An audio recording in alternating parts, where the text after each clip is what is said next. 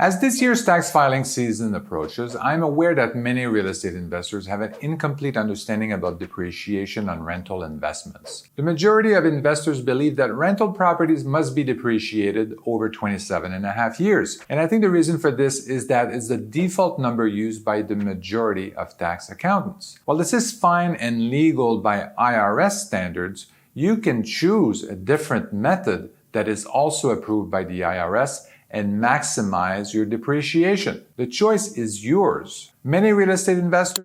Hi guys, Eric Martel here. Before we get going, make sure you like and subscribe because every week I'm going to post new videos that are going to help you with your finances, with your financial future, and how to achieve financial freedom. I talk about the economy, I talk about finance, I talk about all kinds of things that could affect your finances. Before further ado, let's get started. Many real estate investors don't realize that you can independently decide if and how you depreciate your rental property. Obviously, there are certain guidelines set in place by the IRS, but the choice is ultimately yours. Bear in mind that your tax accountant may not be savvy as far as real estate investments. It's always worth it to find a tax professional with a specific experience with real estate matters. Now, before I go any further, you should know that I'm not a CPA or a tax attorney. I served as a professional actuary for 15 years, but I'm sharing the information in this article from an experienced real estate investor perspective. Please conduct your due diligence before applying any of the ideas discussed in this article. Speak to your accountant and tax specialist to make sure that the method you choose is beneficial to your personal circumstances, as every situation is different. There are many approved depreciation methods, but for the purpose of this article, I'll be focusing on the component depreciation method. So let's start with an example. Let's say you buy a single family rentals for $122,000. Since the depreciation only applies to the building itself, also known as an improvement, you must take away the value of the land. Let's say the land is worth 30% of the total value. Let's call it about $36,000. We then depreciate only the value of the building, which is about $85,000. Most accountants will tell you to depreciate the building over 27 and a half years, which come to about $3,100 a year. So let's talk about how this depreciation affects your taxes. So this is a rental property, so you get about $1,200 in rent. Your property taxes are $171 a month. Your insurance $67 a month. Your property management fee is $120 a month.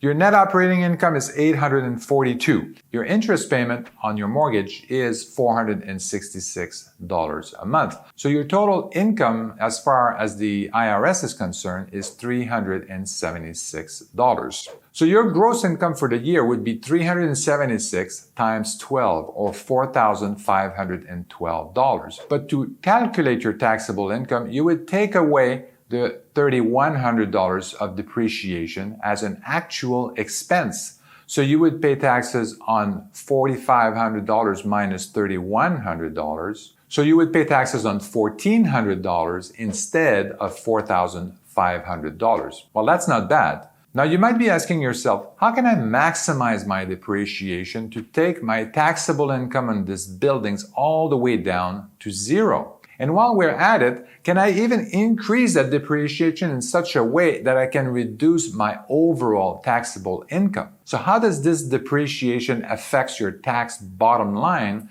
depends on your tax filing classification as well as the differentiation between passive income and ordinary income. In most cases, the IRS wants losses from passive income to offset passive gains, not ordinary income.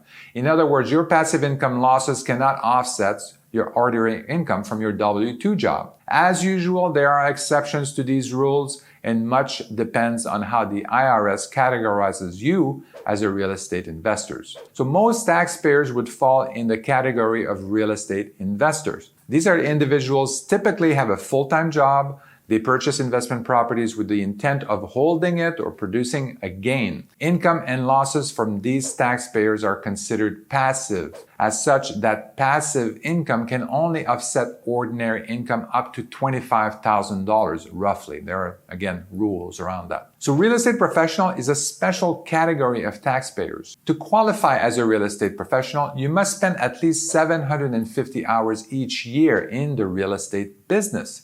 Since there are only so many hours in the day, if you have a full-time job, you most likely won't qualify. Real estate professionals can deduct 100% of passive income losses against their ordinary income. If I'm a real estate professional making $200,000 per year, I can deduct $100,000 in passive income losses from my regular $200,000 ordinary W-2 income. This is huge. Check with your CPA if you could qualify as a real estate professional and take advantage of this incredible benefit. Now, when you buy a house, you are not buying a monolithic building. You are actually buying a bunch of components bundled together, into a house. You're buying a fridge, a stove, a dishwasher, some flooring, cabinetry for the kitchen and bathroom. And these components don't depreciate at the same rate. In order to maximize our depreciation, we want to break down the building into its components and then depreciates each component according to the IRS depreciation schedule. So when you bought the single-family rental in the example above, you bought walls, roofs, stoves, fridges, washing machines, dryers, HVAC, carpet, sidewalk, fence, parking lot, pavement. You can break down the values of each of these categories as follows. About $8,500 would be for appliances, furniture, and flooring, which depreciate over a 5-year period. Another $8,500 for fences, roads, driveways, pavements, etc. These depreciate over 15-year schedule. And the rest of the building, $68,320, would be depreciated over the regular schedule of 27.5 years. If you're wondering where I got these numbers, you should know that you cannot do these breakdowns yourself. This requires a cost segregation study completed by a certified member of the American Society of Cost Segregation Professionals. I personally use a particular cost segregation firm for all my cost segregation studies, and I'd be happy to share that name and contact information with you upon request. You can also contact a cost segregation firm to help give you an idea of how the cost segregation study might help you. The cost segregation study would basically come up with the value of each of these classes and each of these categories. Once you have the cost broken down by component, you can depreciate the component by the depreciation years. So we would be able to depreciate the $8,500 for appliances, flooring over the next 5 years. So $8,500 for the fenced driveway over the next 15 years. And the rest of the structure, again, would be depreciated over the 27.5 years. So this adds up to a total depreciation of $4,761 in the first year, which is an extra $1,600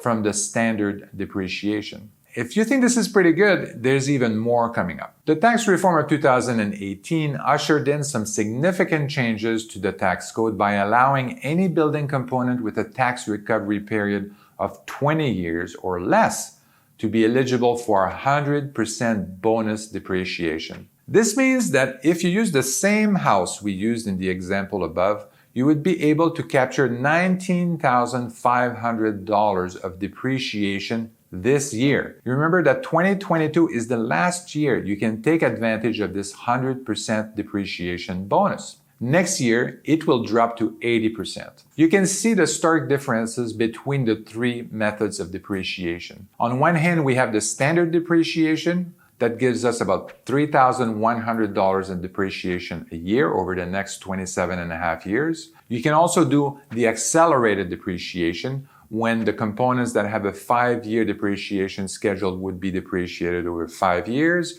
The ones of 15-year depreciation would be depreciated over 15 years. And that would raise our depreciation for the first 15 years to $4,760. So that's a $1,600 increase in depreciation per year. And finally, If we take advantage of the bonus depreciation, in year 1, you would be able to depreciate $19,500, and then the following years, your depreciation would be $2,400 every year after that. Now, some of you bought a building in 2021, maybe in 2020, and the question is, can you still take advantage of that bonus depreciation? You may still be able to benefit. Yes, if you bought your building in 2018, you could do the cost segregation study and get the benefit by having a tax professional amend your 2018, 2019 income tax filing. If you bought the property prior to that, a cost segregation firm can do a look-back study. You can take advantage by applying a catch-up depreciation of your 2019 income tax filing. The cost segregation firms are the expert, and they can help you through that process. Almost all of these firms also provide audit support in case the IRS ever needs clarification.